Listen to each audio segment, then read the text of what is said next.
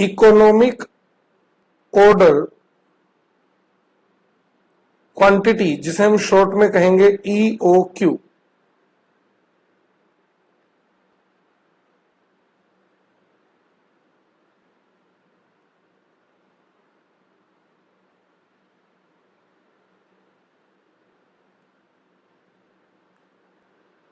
Economic order quantity, short में हमने इसे नाम दिया EOQ। इकोनॉमिक ऑर्डर क्वांटिटी क्या है, लिख लेते हैं।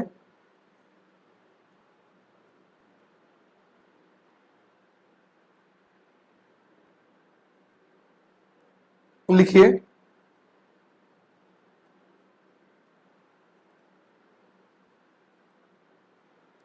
Economic order quantity is the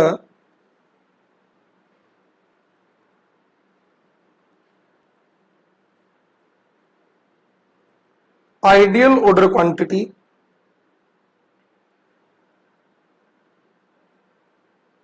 a company should purchase to minimize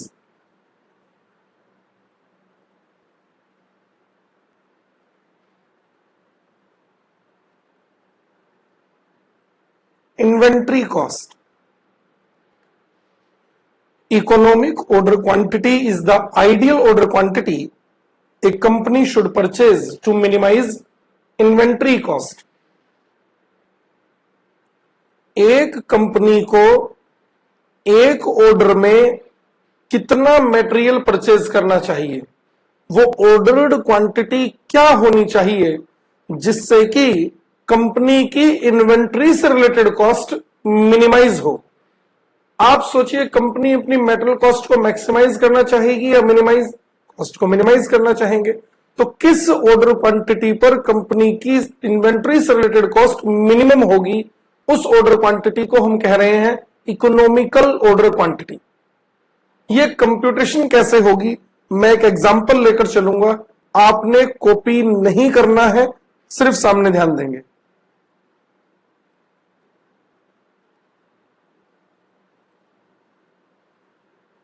example,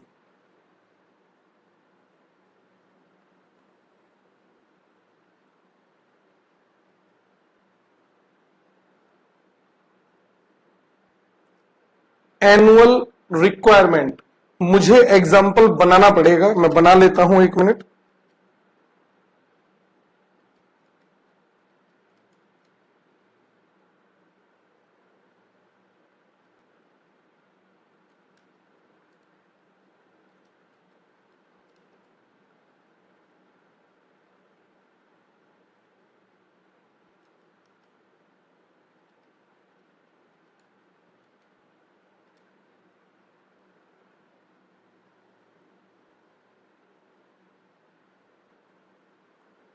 $50,000 units.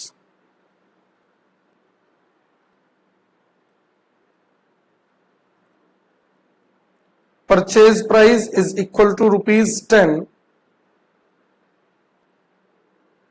per unit.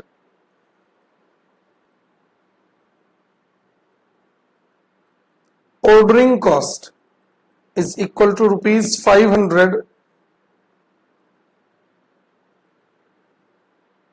per order.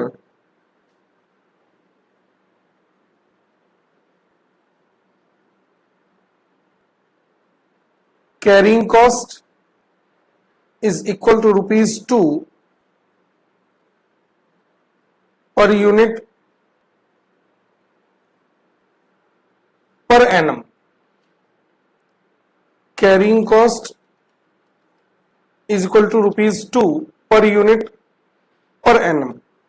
ध्यान से समझना जरा प्लीज, 4 टर्म्स मैंने आपको दी है।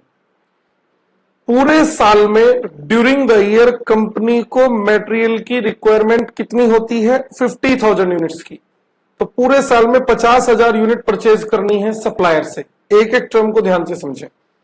परचेज प्राइस, एक यूनिट ₹10 की मिलेगी, ये परचेज प्राइस आ गया। हर एक यूनिट सप्लायर से खरीदेंगे, सप्लायर को कितनी पेमेंट करनी पड़ेगी? ₹10 की। ऑर्डरिंग कॉस्ट, जब हम सप्लायर को ऑर्डर देते हैं तो एक ऑर्डर की कॉस्ट 500 आती है, और इस कॉस्ट पर इस बात का कोई फर्क नहीं पड़ता कि हमने एक ऑर्डर में कितनी यूनिट्स की डिमांड की है। कहने का मतलब क्या है, आप एक ऑर्डर 100 यूनिट्स का दें, 100 यूनिट्स का ऑर्डर देने के लिए भी 500 रुपए की ऑर्डरिंग कॉस्ट आएगी। आप उस एक ऑर्डर में 100 की जगह 10,000 यूनिट्स मंगाएं, उस केस में भी ऑर्डरिंग कॉस्ट पर ऑर्डर 500 ही होगी। यानी ऑर्डर का साइज क्या होगा, आप एक ऑर्डर में कितनी क्वांटिटी सप्लायर से परचेज कर रहे हैं, इस बात का कोई भी इफेक्ट नहीं पड़ता है ऑर्डरिंग कॉस्ट पर। एक ऑर्डर देने की कॉस्ट 500 आनी ही है, चाहे आप उस ऑर्डर में कितनी भी क्वांटिटी का ऑर्डर प्लेस करें। इतनी बात ठीक है। कैरिंग कॉस्ट, ये मैंने लिखा ₹2 पर यूनिट पर एनम। ध्यान से, कैरिंग कॉस्ट ₹2 पर यूनिट और पर एनम। जब हम मटेरियल परचेज करते हैं तो कंपनी से कहां होल्ड करती है? स्टोर रूम में। स्टोर रूम में मटेरियल रखा रहता है, हमेशा रखा रहता है। जब स्टोर रूम में मटेरियल को हम होल्ड करते हैं, उसकी वजह से भी कंपनी को कुछ कॉस्ट बियर करनी पड़ती है। जैसे सोचो जरा, स्टोर रूम का रेंट। अब स्टोर रूम का रेंट कंपनी को क्यों पे करना पड़ रहा है? क्योंकि स्टोर रूम में मटेरियल रखा है। स्टोर रूम में मटेरियल खराब ना हो जाए, हो सकता है उसका कंपनी इंश्योरेंस कराती हो। स्टोर रूम से मटेरियल चोरी ना हो जाए, स्टोर रूम के बाहर 2 गार्ड रखे हुए हैं कंपनी ने, उन दोनों गार्ड्स की सैलरी। स्टोर रूम में मटेरियल खराब ना हो जाए, हो सकता है कंपनी ने स्टोर रूम में कोल्ड स्टोरेज फैसिलिटीज लगा रखी हो। अब ये सारी कॉस्ट कंपनी को किस वजह से पे करनी पड़ रही है? क्योंकि स्टोर रूम में मटेरियल रखा है, बस। क्योंकि स्टोर रूम में मटेरियल को कैरी करके चल रहे हैं, सिर्फ इसलिए। और इस वजह से जो भी कॉस्ट इनकर होती है उसे हम नाम देते हैं कैरिंग कॉस्ट। अब ₹2 पर यूनिट पर एनम का मतलब क्या है? अगर एक यूनिट साल के पहले दिन से लास्ट दिन तक, पूरे 365 दिन, अगर एक यूनिट पूरे साल स्टोर रूम में रखी रहे, ₹2 खर्च कराती है कंपनी के, सिर्फ स्टोर रूम में रखने की वजह से। मेरी बात समझ आ रही है? अगर एक यूनिट पूरे साल स्टोर रूम में कैरी की जाए, होल्ड की जाए, स्टोर की जाए, तो कंपनी के ₹2 खर्च होते हैं।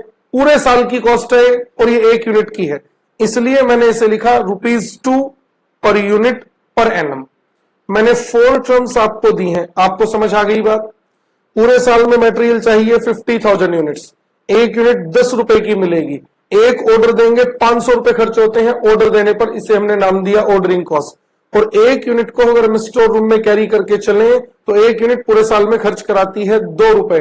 अब यह डिसीजन हमें लेना है कि एक बार में कितनी यूनिट खरीदें। अब एक बार में कितनी यूनिट खरीदने से हमारा मतलब क्या है? क्या पूरी 50 की 50,000 यूनिट एक ही बार में खरीद लें? आप समझ रहे हो, पूरे साल में 50,000 यूनिट चाहिए ना, तो क्या पहले ही दिन खरीद कर रख लें सारा, अब साल में दोबारा खरीदने की जरूरत नहीं पड़ेगी? या 25,000 करके 6-6 महीने बाद 2 बार खरीदें? अगर एक साल में 50,000 चाहिए तो 6-6 महीने में 25,000 हो गया। या 10,000 करके 5 बार में खरीदें, 10,000 5 बार में खरीदेंगे तो 50,000 हो जाएगा। यह डिसीजन अब हमें लेना है कि एक लॉट में, एक ऑर्डर में कितनी क्वांटिटी की डिमांड सप्लायर से करनी चाहिए। अभी तक बात समझ आती है? समझते हैं कैसे कैसे डिसीजन ले पाएंगे हम। आपने लिखना नहीं है, सिर्फ सामने ध्यान देना। Statement of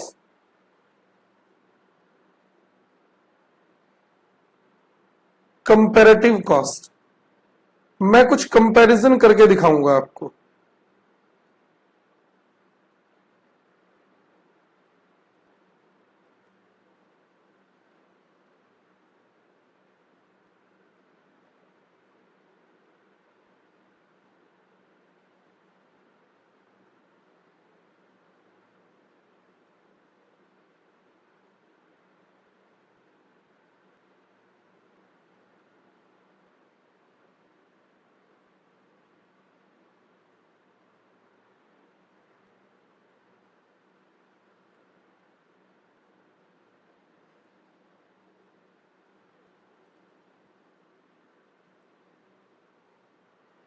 order size.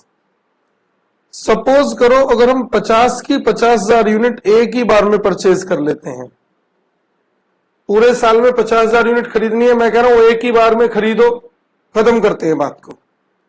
अच्छा, तो बताइए परचेज कॉस्ट कितनी आएगी? ध्यान से प्लीज। सर 50,000 यूनिट खरीदेंगे, एक यूनिट 10 रुपए की मिलेगी, परचेज कॉस्ट आ जाएगी 5 लाख। क्लियर है? ऑर्डरिंग कॉस्ट, मैंने कहा एक ही ऑर्डर देंगे पूरी 50,000 यूनिट का, तो एक ही तो ऑर्डर दिया। अच्छा, एक ऑर्डर दिया है और एक ऑर्डर की कॉस्ट हमने ऊपर लिखी थी 500, तो ऑर्डरिंग कॉस्ट कितनी आ गई? 500। और क्या था?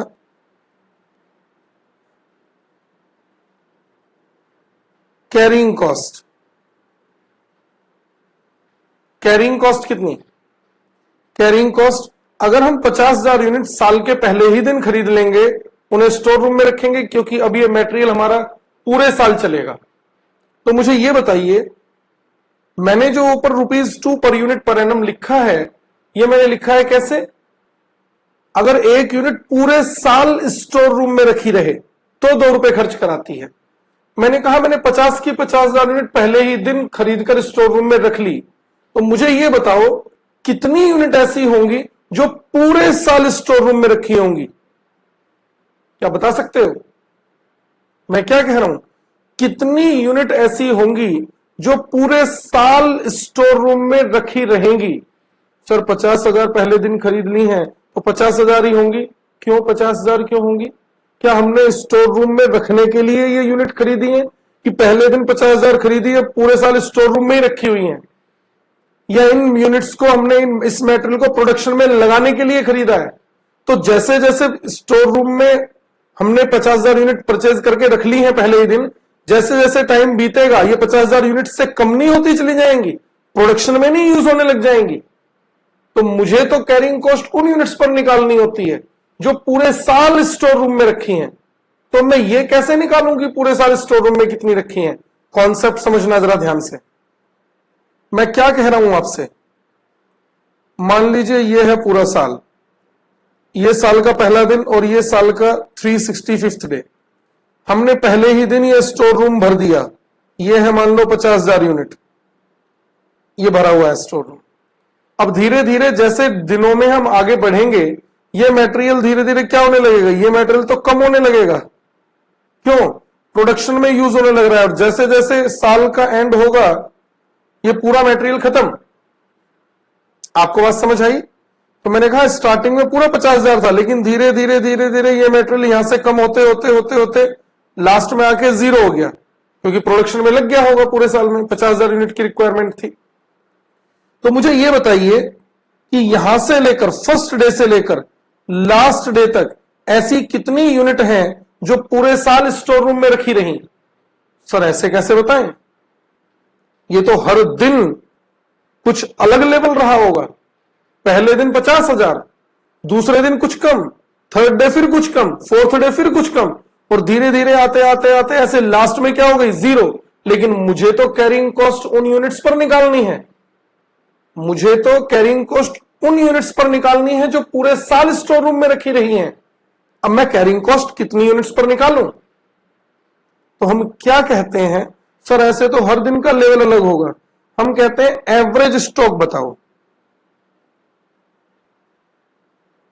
एवरेज स्टॉक पूरे साल स्टोर रूम में कितना रखा रहा? तो मैं कहता हूं मैक्सिमम कितना?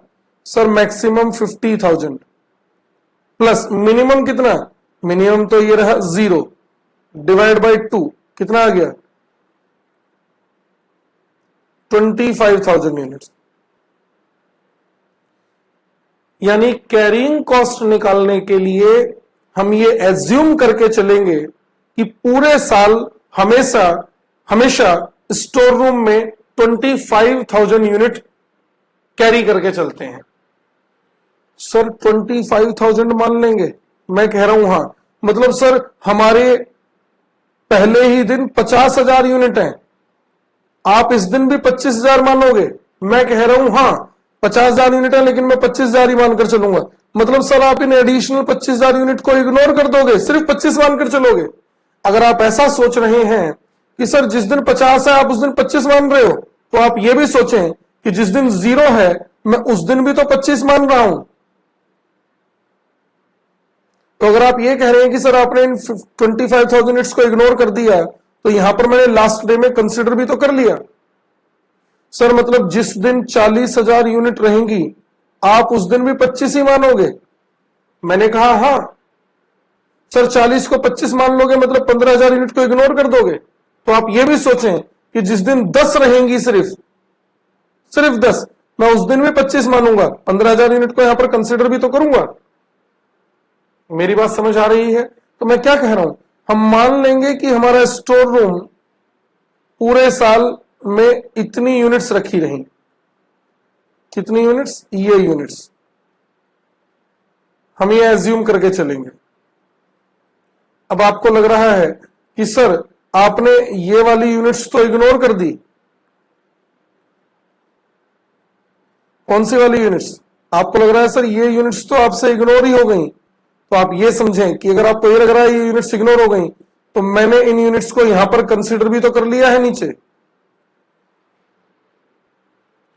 बात समझ आ रही है?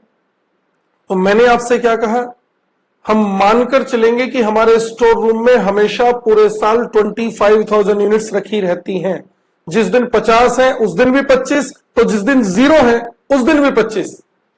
एवरेज स्टॉक पर यह कैरिंग कॉस्ट निकाली जाती है।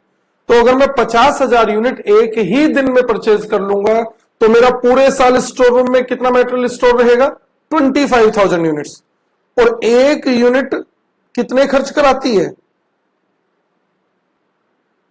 25,000 यूनिट्स, एक यूनिट की कैरिंग कॉस्ट कितनी थी पूरे साल की? 2 रुपए। ये कितना आ गया?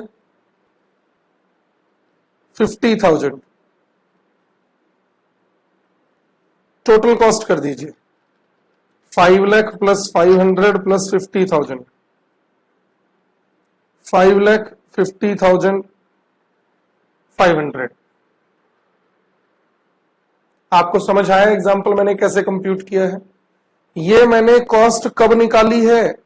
अगर हम 50 की 50,000 यूनिट्स एक ही बार में परचेज कर लेते हैं तो।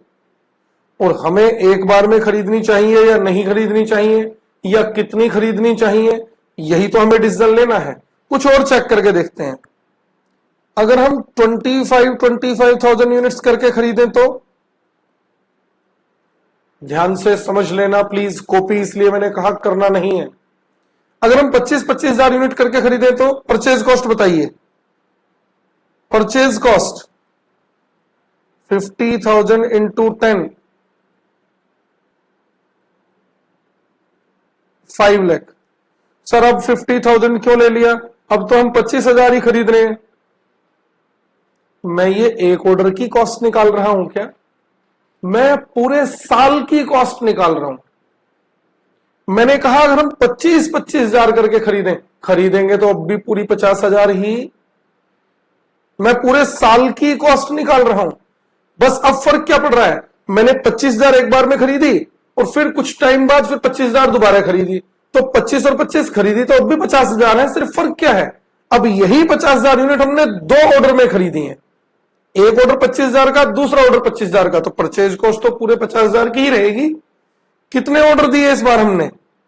मैंने कहा इस बार हमने 2 ऑर्डर दिए 25,000 के, और एक ऑर्डर की कॉस्ट थी 500। ऑर्डरिंग कॉस्ट कितनी हो गई? 1,000। सोचकर बताना फिर से, अगर हम 25,000 यूनिट करके खरीद रहे हैं तो स्टोर रूम में हमेशा कितनी यूनिट्स रखी रहेंगी? क्योंकि कैरिंग कॉस्ट तो मुझे उन यूनिट्स पर लेनी है जो पूरे साल रखी हुई हैं। अब फिर से सोचो, मैंने आपको यहां पर एवरेज स्टॉक का कॉन्सेप्ट बताया नहीं। अब मैं क्या कह रहा हूं, मैं इसका कॉन्सेप्ट समझा रहा हूं आपको कैसे काम कर रहे हैं। ये फर्स्ट डे, ये 365th डे, हमने पहले दिन 25,000 यूनिट खरीदी। तो ये 25,000 यूनिट धीरे धीरे धीरे धीरे यहां पर खत्म हो गई 6 महीने में। अगर पूरे साल में 50,000 यूनिट लगती है तो 6 महीने में 25,000, फिर 6 महीने बाद हमने 25,000 यूनिट और खरीद ली, ये अगले 6 महीने चल गई, ये मेटेरियल हमारा खत्म हो गया। मुझे बताइए पूरे साल स्टोर रूम में कितनी यूनिट्स रखी रही? तो हम मानकर चलेंगे मैक्सिमम स्टोर रूम कितना भरा हुआ था 25,000, मिनिमम 0 डिवाइड बाई 2 कितना 12,500। तो हमारे स्टोर रूम में हमेशा कितनी यूनिट्स रखी रही? यानी हम मानकर चलेंगे हमारा स्टोर रूम हमेशा इतना भरा रहा। कहने का मतलब क्या है, ये वाली एडिशनल यूनिट हमने यहां पर कंसीडर कर ली, ये वाली एडिशनल यूनिट हमने यहां पर कंसीडर कर ली, तो स्टोर रूम हमेशा कितना फिल रहा? ये 12,500 यूनिट से। समझ आ रही है बात? 12,500। और आप एक बार जरा ध्यान से सोचो, इंस्टीट्यूट क्या कहता है, ये तो मैंने आपको कॉन्सेप्ट समझाया।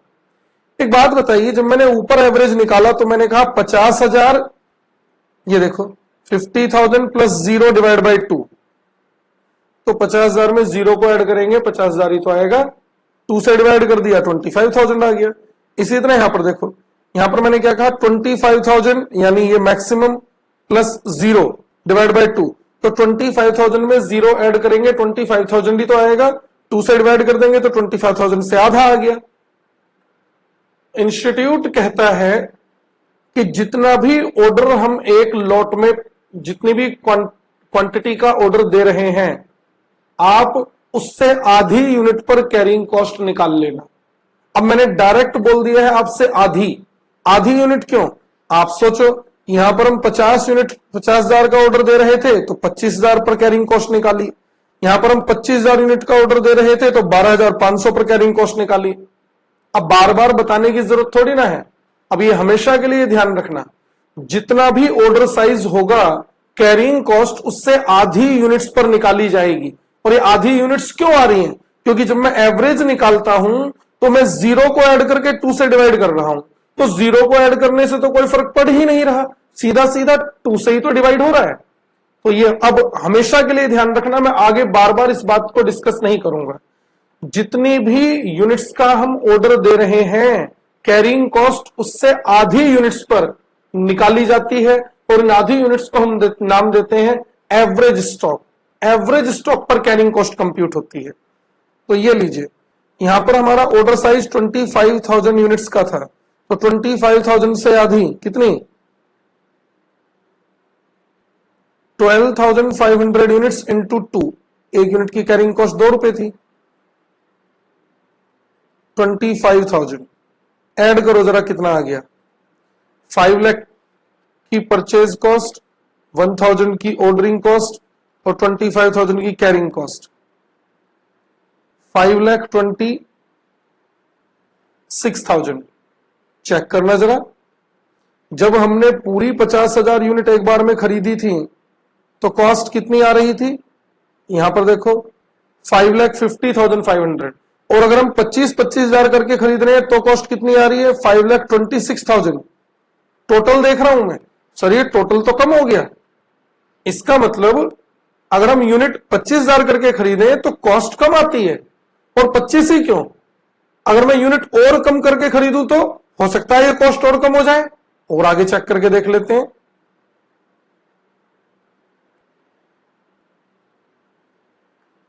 ये लीजिए, मैं लेकर चलता हूं, अगर हम 10,000 यूनिट्स करके खरीदे तो,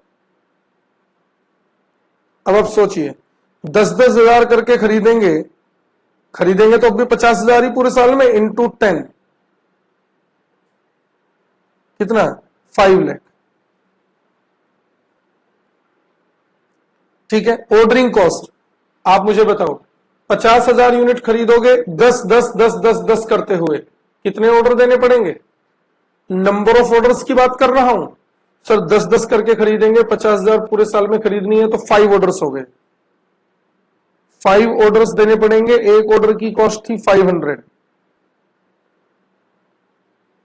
2,500। कैरिंग कॉस्ट अगर हम 10 हजार करके खरीदेंगे तो स्टोर रूम में कितनी यूनिट्स रहेंगी हमेशा? मैंने क्या बताया, 10,000 से आधी, तो कितना सर 5000 यूनिट्स, एक यूनिट की कैरिंग कॉस्ट थी 2 रुपए, तो ये टोटल कैरिंग कॉस्ट आ गई 10,000। क्लियर है? टोटल कॉस्ट कर दीजिए 5 लाख प्लस 2500 प्लस 10,000, 5,12,500। सर ये कॉस्ट तो और कम हो गई, आपको दिखाई दे रहा है? जैसे जैसे मैं लॉट साइज, ऑर्डर साइज को कम करते जा रहा हूं, वैसे वैसे मेरी टोटल कॉस्ट कम होती जा रही है। ठीक है, मैंने बार बार कहा आप कॉपी ना करना, मैं क्या एनालिसिस करना सिखा रहा हूं, ध्यान से सुनते रहना। एक बात मुझे बताइए, जब मैं कह रहा हूं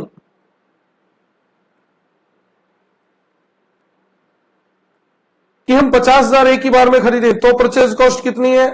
5 लाख। जब हम कह रहे हैं 25,000 करके खरीदे तो परचेज कॉस्ट कितनी है? 5 लाख। जब हम कह रहे हैं 10,000 करके खरीदे तो परचेज कॉस्ट कितनी है? 5 लाख। यानी आप कितनी कितनी यूनिट्स करके भी खरीदे, परचेज कॉस्ट तो सेम ही है।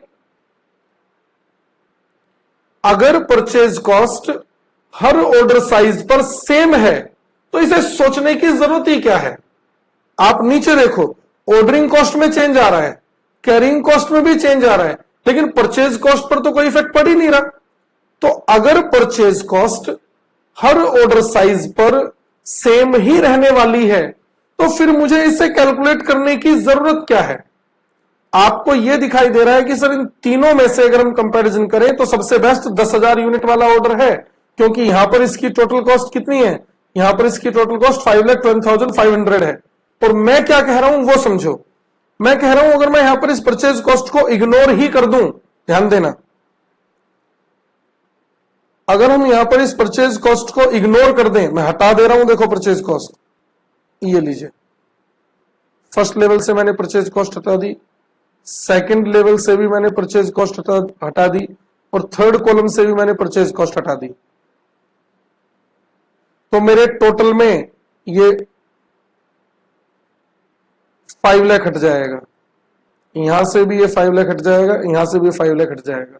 अब मुझे ये सामने इस स्टेटमेंट में देखकर बताइए कि क्या अब हम डिसीजन नहीं ले सकते हैं? अब हमें नहीं पता चल रहा है कि कहां पर टोटल कॉस्ट कम आ रही है। सर फर्स्ट में है 50,500, सेकंड में है 26,000 और थर्ड में है 12,500। कौन सा ऑर्डर साइज बेस्ट है अभी तक? 10,000 का। मैंने आपको पूरा डिटेल्ड एनालिसिस करते हुए यह बात तो समझा दी।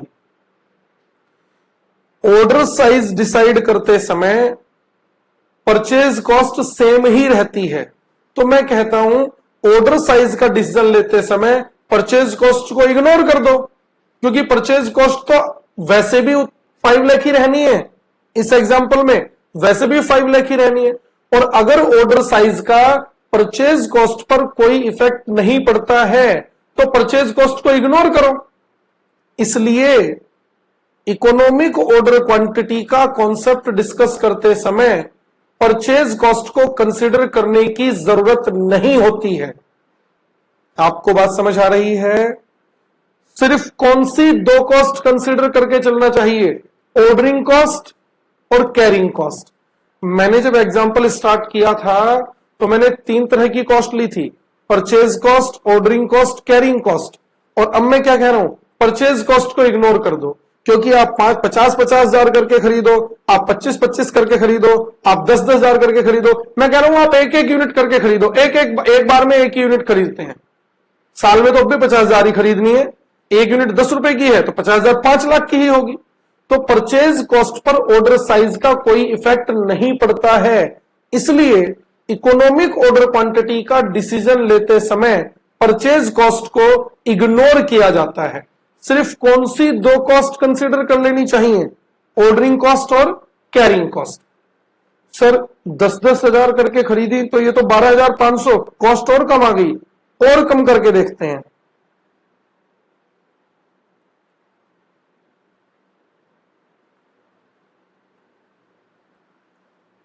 अगर हम 5,000 करके परचेज करें तो, ध्यान से, परचेज कॉस्ट को नहीं ले रहा हूं मैं।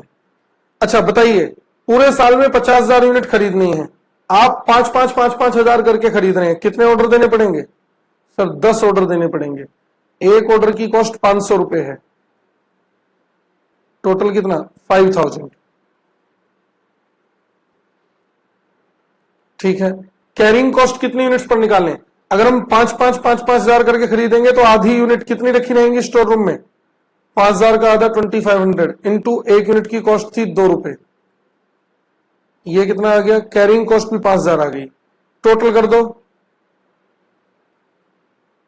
10,000। सर ये कॉस्ट तो और भी कम हो गई, आप देख रहे हैं यहां पर 12,500 थी, यहां पर और कम हो गई 10,000। मतलब सर जितनी यूनिट्स हम कम करके खरीदते हैं उतनी हमारी कॉस्ट कम आती है, तो ज्यादा खरीदे ही क्यों, और कम करके देखते हैं। बताओ कितना लूं? चलिए अगर हम 2,000 यूनिट करके खरीदें तो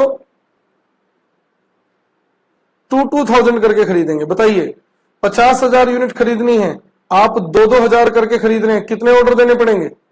सर इस बार ऑर्डर देने पड़ेंगे 25, और एक ऑर्डर की कॉस्ट थी 500, तो 25 इंटू 500 12,500। अगर 2,000 यूनिट करके खरीदेंगे तो स्टोर रूम में कितनी यूनिट रखी रहेंगी? आधी, यानी 2,000 का आधा 1,000 यूनिट, इंटू एक यूनिट की कॉस्ट थी 2 रुपए, ये टोटल कितना? 2,000। टोटल कर दीजिए 14,500। सर ये तो कॉस्ट अब इस बार कम होने की जगह क्या हो गई, ये कॉस्ट तो सर उल्टा अब इंक्रीज हो गई है, ये कॉस्ट तो इस बार उल्टा बढ़ गई है। बढ़ गई है या नहीं? और कम करके दिखाता हूं मैं आपको।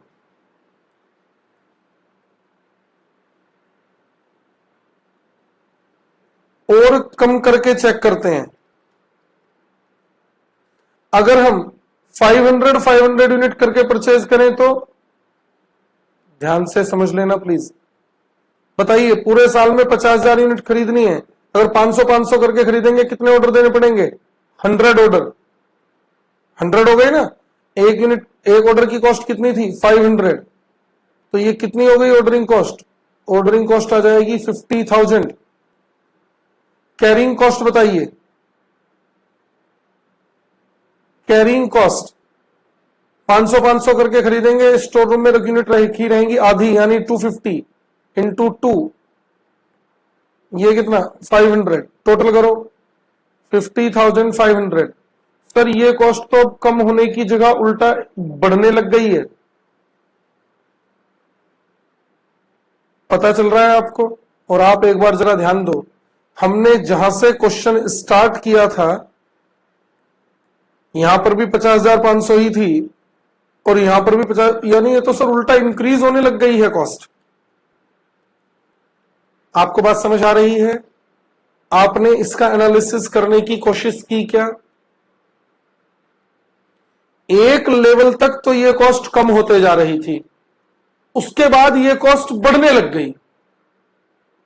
अब ये कब बढ़ने लग गई ये मुझे नहीं पता, इस स्टेटमेंट में तो देखकर आप बता सकते हैं। आप इस चीज को जरा ध्यान से समझो, बात को ध्यान से समझना।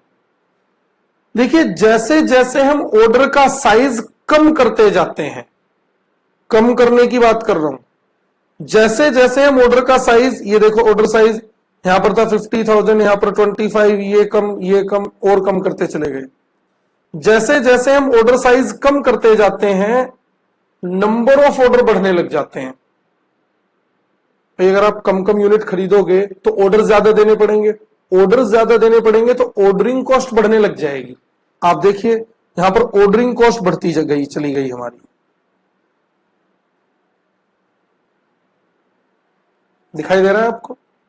यानी अगर मैं कम यूनिट खरीदना स्टार्ट करूंगा तो ऑर्डर ज्यादा देने पड़ेंगे, ऑर्डर ज्यादा देने पड़ेंगे तो ऑर्डरिंग कॉस्ट बढ़ेगी।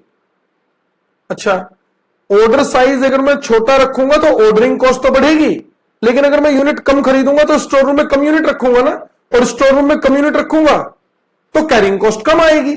आप देखिए जैसे जैसे मैं ऑर्डर साइज कम करता गया मेरी कैरिंग कॉस्ट कम होती चली गई, ये 50,000 से 25, फिर ये 10,000, फिर ये 5,000, फिर ये 2,000, फिर ये 500। एक कॉस्ट बढ़ रही है, दूसरी कॉस्ट कम हो रही है। ये प्रॉब्लम है इस कॉन्सेप्ट में। यानी अगर आप ऑर्डर का साइज कम करते जाएंगे, नंबर ऑफ ऑर्डर बढ़ने लगेंगे, नंबर ऑफ ऑर्डर बढ़ेंगे, ऑर्डरिंग कॉस्ट बढ़ेगी, लेकिन कैरिंग कॉस्ट कम हो जाएगी।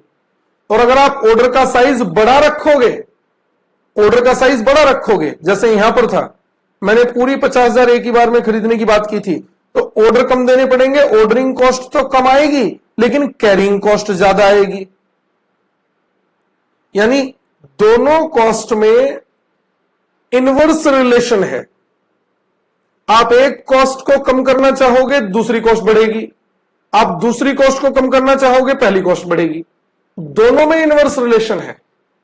आपको दिखाई दे रहा है ना, यहां पर ऑर्डरिंग कॉस्ट कम थी तो कैरिंग कॉस्ट ज्यादा थी। यहां पर लास्ट में देखें, कैरिंग कॉस्ट कम हुई तो ऑर्डरिंग कॉस्ट ज्यादा हो गई। ये देखो, ऑर्डरिंग कॉस्ट ज्यादा हो गई, कैरिंग कॉस्ट कम हो गई। और मैं यही कह रहा हूं, इन दोनों कॉस्ट में इनवर्स रिलेशन है। तो अब हमें ऑर्डर साइज वो लेना है, सबसे बेस्ट ऑर्डर साइज वो होगा जहां पर इन दोनों कॉस्ट का टोटल सबसे कम होगा, सबसे कम होगा। क्योंकि थर्ड कॉस्ट, परचेज कॉस्ट को तो मैंने इग्नोर कर ही दिया है, और क्यों इग्नोर किया है वो मैंने आपके साथ डिस्कस भी कर लिया। तो आप इस स्टेटमेंट में देखकर बताइए कि इन दोनों का कॉस्ट का टोटल सबसे कम कहां पर है। सर सबसे कम तो ये 10,000 है। और कितनी यूनिट्स के लेवल पर है ये 5,000 यूनिट्स के लेवल पर है। मेरी बात को ध्यान से सुनना, हमें ऑर्डर साइज वो रखना चाहिए जहां पर ऑर्डरिंग कॉस्ट और कैरिंग कॉस्ट का टोटल मिनिमम हो। ध्यान से सुनना, बहुत इंपॉर्टेंट पॉइंट बोल रहा हूं। हमें ऑर्डर साइज वो रखना चाहिए जहां पर ऑर्डरिंग कॉस्ट और कैरिंग कॉस्ट का टोटल मिनिमम हो, और इन दोनों का टोटल मिनिमम वहां पर होगा जहां पर ये दोनों कॉस्ट आपस में इक्वल हो जाएंगी। आप देख सकते हैं 5,000 यूनिट्स के लेवल पर मेरी ऑर्डरिंग कॉस्ट कितनी थी 5,000, और कैरिंग कॉस्ट कितनी थी 5,000। और किसी लेवल पर ऐसा नहीं है। यानी इकोनॉमिक ऑर्डर क्वांटिटी वो ऑर्डर क्वांटिटी होगी जहां पर ऑर्डरिंग कॉस्ट और कैरिंग कॉस्ट दोनों कॉस्ट आपस में इक्वल हो जाती हैं। जहां पर ये इक्वल हो जाएंगी, वहीं पर इन दोनों का टोटल सबसे कम आएगा। और आप अदर लेवल्स देखें तो आपको पता चल रहा होगा, किसी लेवल में ऑर्डरिंग कॉस्ट ज्यादा है, कैरिंग कम है, किसी में ऑर्डरिंग कम है तो कैरिंग कॉस्ट ज्यादा है। इन दोनों का टोटल सबसे कम वहीं पर होगा जहां पर ये दोनों कॉस्ट आपस में इक्वल हो जाती हैं। तो हमें इस एग्जांपल में एक लॉट में कितना कितना मटेरियल परचेज करना चाहिए। सर 5,555,000 यूनिट्स परचेज करनी चाहिए। यहां पर ये दोनों कॉस्ट इक्वल भी हैं और इन दोनों का टोटल सबसे कम भी है। ध्यान रहेगी ये बात। ये कॉन्सेप्ट मैंने आपके साथ डिस्कस किया। इसी कॉन्सेप्ट के साथ मैंने आपको यह भी सिखा दिया कि मटेरियल से रिलेटेड हम कॉस्ट कैसे निकालते हैं, ऑर्डरिंग कॉस्ट कैसे कंप्यूट होती है, कैरिंग कॉस्ट कैसे कंप्यूट होती है। इकोनॉमिक ऑर्डर क्वांटिटी वो होगी जहां पर ऑर्डरिंग कॉस्ट और कैरिंग कॉस्ट दोनों आपस में इक्वल हो जाएं, और जहां पर ये दोनों इक्वल होंगी वहीं पर इन दोनों का टोटल सबसे कम आएगा। सर हमें क्वेश्चन में अगर इकोनॉमिक ऑर्डर क्वांटिटी निकालने के लिए आ जाए तो हम ये इस तरह से टेबल बनाएंगे, और चलो सर हम इस तरह से टेबल बनाने भी लग जाएं तो अगर मान लो आपने सीधा सर 10,000 के बाद 5,000 पर निकाला, अगर हम 5,000 को स्किप कर देते तो हमें तो पता ही नहीं चलता कहां पर दोनों का टोटल इक्वल आने वाला है। अभी मैंने कॉन्सेप्ट कंप्लीट थोड़ी ही ना कर दिया है, अभी तो मैं डिस्कस कर रहा हूं ना। ध्यान से प्लीज, यानी इतने बड़े स्टेटमेंट से एक एनालिसिस हमने यहां पर सीखा, और वो एनालिसिस क्या किया हमने, ईओक्यू कहां पर होगी, एट ईओक्यू, ईओक्यू पर क्या सीखा हमने,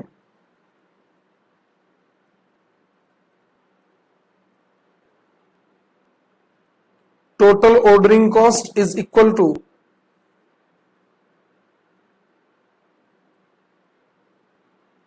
total carrying cost.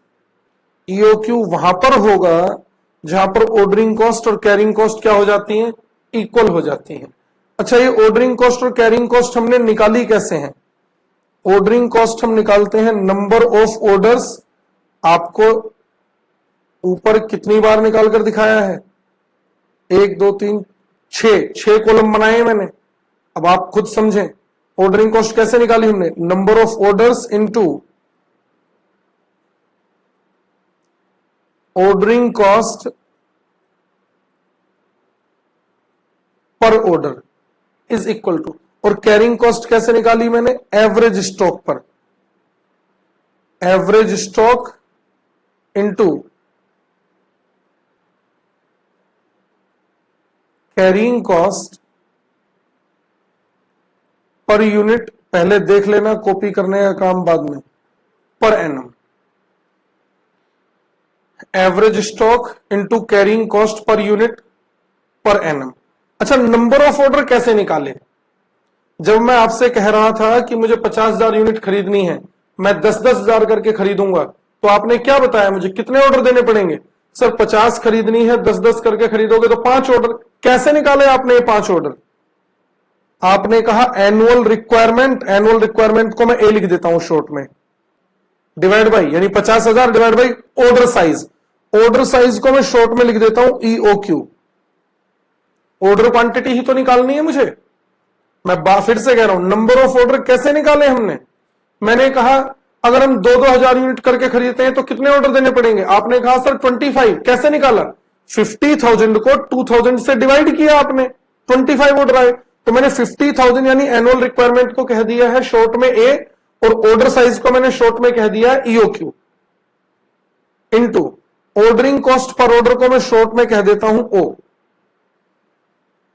Is equal to average stock. कैसे निकाला हमने? हमने कहा जितने यूनिट्स का भी हम ऑर्डर देते हैं उससे आधी ले लेना, तो ऑर्डर साइज को मैं कह रहा हूं ईओक्यू, इससे आधी यानी डिवाइड बाई 2, और carrying cost per unit per annum को मैं कह देता हूं सी। बात समझ आ रही है?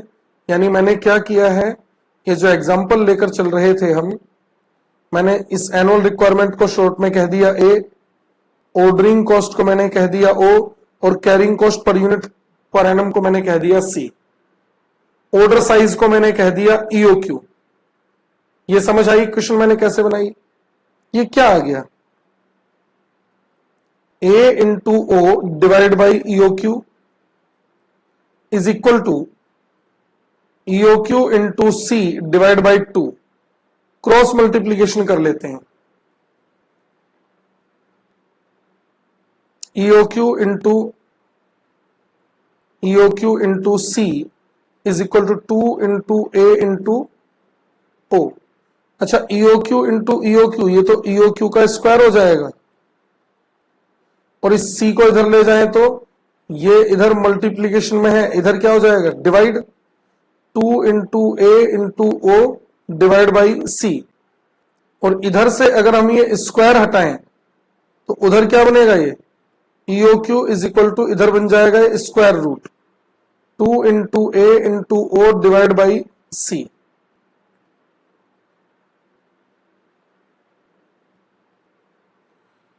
इकोनॉमिक ऑर्डर क्वांटिटी अगर आपसे एग्जाम में निकालने के लिए आएगा तो आप ये फॉर्मूला लगाएंगे और आपका डायरेक्ट इकोनॉमिक ऑर्डर क्वांटिटी आ जाएगा। मैंने किस तरह से ये फॉर्मूला डिराइव करके दिखाया है, किसी भी बुक में इस फॉर्मूले का डेरिवेशन नहीं दे रखा है, ये ध्यान रखना, ये सबसे इंपॉर्टेंट कॉन्सेप्ट है। और मैंने कैसे डिराइव किया है आपको समझ आई? पहले मैंने आपको इसका कॉन्सेप्ट समझाया, ईओक्यू वहां पर होगा जहां पर ऑर्डरिंग कॉस्ट और कैरिंग कॉस्ट इक्वल होंगी। 6 बार कंप्यूटेशन करके मैंने एक एग्जांपल बनाकर आपको दिखाया। फिर मैंने उसी कॉन्सेप्ट से कि ईओक्यू वहां पर होगा जहां पर ऑर्डरिंग कॉस्ट और कैरिंग कॉस्ट इक्वल होंगी, यहां पर आपके सामने इसका डेरिवेशन करके दिखाया है। यह सबसे इंपॉर्टेंट पॉइंट है, ये डेराइव मैंने कैसे किया है, जरा ध्यान देना। और यहां पर क्या कह रहा हूं मैं, ईओक्यू के से मतलब क्या है, economic order quantity, economic order quantity. A से मतलब क्या है? एनुअल रिक्वायरमेंट या एनुअल कंजम्पशन। ओ क्या है? Ordering cost per order. C carrying cost per unit per annum. मैं आपको बता चुका हूं ऊपर स्टेटमेंट में सबसे बेस्ट ऑर्डर साइज क्या आ रहा था? 5000, ये रहा।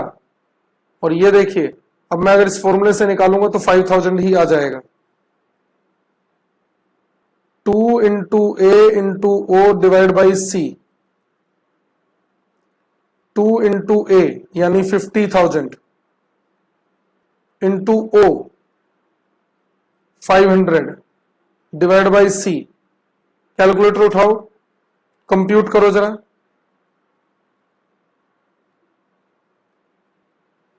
5000 यूनिट्स आ गया या नहीं? आ गया 5000 यूनिट्स। और इस पर एक शॉर्टकट तरीका भी है मेरे पास। ये तो यू क्यों निकाला मैंने, ध्यान से देखना।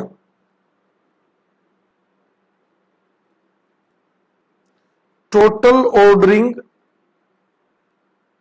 एंड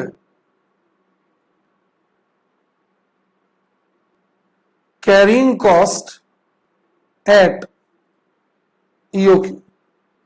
ईओक्यू कितना निकाला मैंने? 5000 यूनिट्स। इस 5000 यूनिट्स पर ऑर्डरिंग कॉस्ट और कैरिंग कॉस्ट का टोटल क्या आएगा? ऊपर देखो स्टेटमेंट में कितना आ रहा था? 5000 यूनिट्स के लेवल पर ऑर्डरिंग कॉस्ट और कैरिंग कॉस्ट का टोटल क्या आ रहा था? ये रहा 10,000। मेरे पास इस 10,000 को निकालने का भी शॉर्टकट है। वो कैसे निकाल सकते हैं हम? ध्यान से समझना जरा please. 2 into A into O into C. यहां पर मैंने सी से डिवाइड किया था यू क्यू निकालते समय। अगर मैं सी को भी मल्टीप्लाई कर दूंगा तो मेरी टोटल ऑर्डरिंग और कैरिंग कॉस्ट आ जाएगी। देखो दिखा देता हूं मैं। 2 इंटू ए 50,000 इंटू ओ 500 इंटू सी 2। जरा कंप्यूट करना। और ये कॉस्ट है यानी रुपीज में। देखना जरा 10,000 आ गई या नहीं। तो ऊपर मैंने 10,000 ही तो चेक कराया है।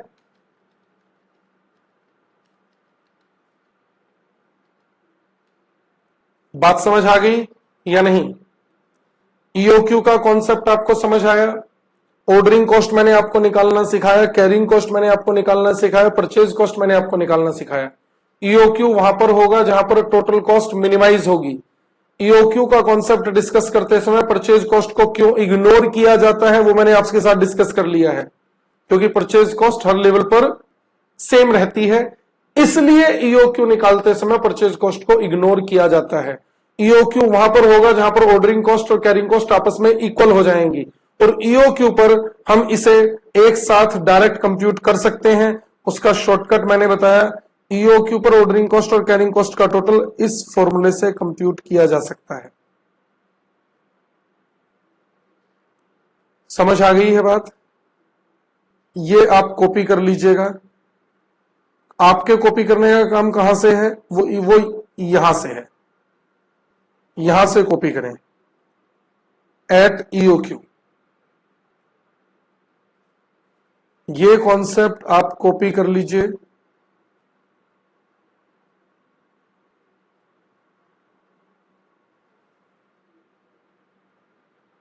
कर सकते हो। चलो मुझे वेट करने की तो जरूरत नहीं है ना, वीडियो पोस्ट कर दो और कॉपी कर लो। वीडियो पोस्ट करें और कॉपी करें। हम बढ़ते हैं अब आगे। कॉन्सेप्ट आपको मैं समझा चुका हूं। अब चलते हैं इसके क्वेश्चंस पर। ठीक है, आइए जरा क्वेश्चंस पर। चलिए आ जाइए फिर क्वेश्चन पर चलते हैं।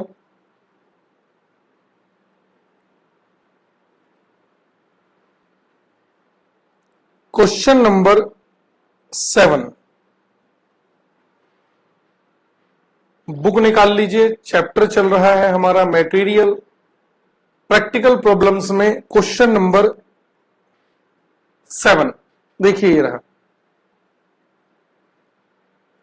पढ़ें ध्यान से।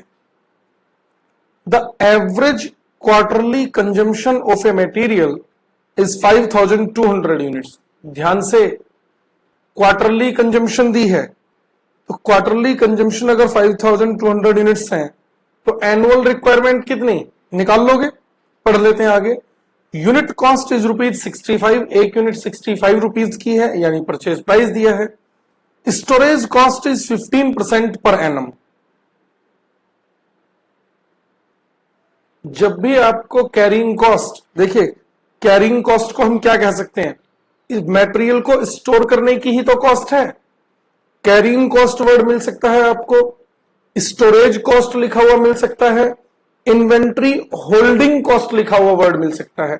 बात एक ही है, परसेंटेज दे रखी है। इस परसेंटेज से मतलब क्या है, ये परसेंटेज हमेशा अप्लाई की जाएगी परचेज प्राइस पर। यानी परचेज प्राइस एक यूनिट का कितना दे रखा था, 65। 65 का 15% कैरिंग कॉस्ट ले लेंगे। And the ordering cost is ₹150 पर order. Find the economic order quantity. निकाल सकते हो इकोनॉमिक ऑर्डर क्वांटिटी, ये लो।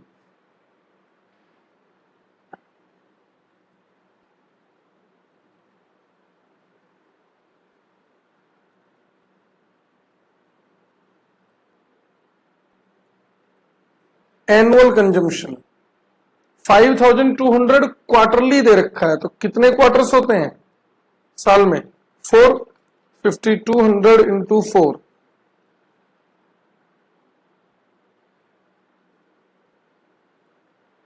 20,800। और क्या था, यूनिट कॉस्ट थी 65 की, storage cost 15%। Unit cost is equal to ₹65 per unit. Storage cost कहें, कैरिंग कॉस्ट कहें, 65 का 15%। मैंने पहले ही कहा परचेज प्राइस पर ये परसेंटेज अप्लाई कर दीजिए, 9.75 पर यूनिट पर एनम। सर आपको कैसे पता है पर यूनिट पर एनम है, ये परसेंटेज हमेशा पर एनम दी गई होती है, और मैंने ये मल्टीप्लाई किससे किया है, 65 से। तो 65 पर यूनिट ही तो था, तो 65 का 15% निकालेंगे, 15% है पर एनम, और 65 था पर यूनिट, तो पर यूनिट पर एनम आ गया। ऑर्डरिंग कॉस्ट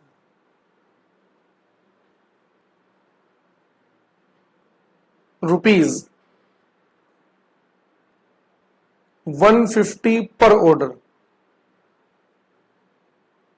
150 पर ऑर्डर। हमसे इकोनॉमिक ऑर्डर क्वांटिटी कंप्यूट करने के लिए कहा है।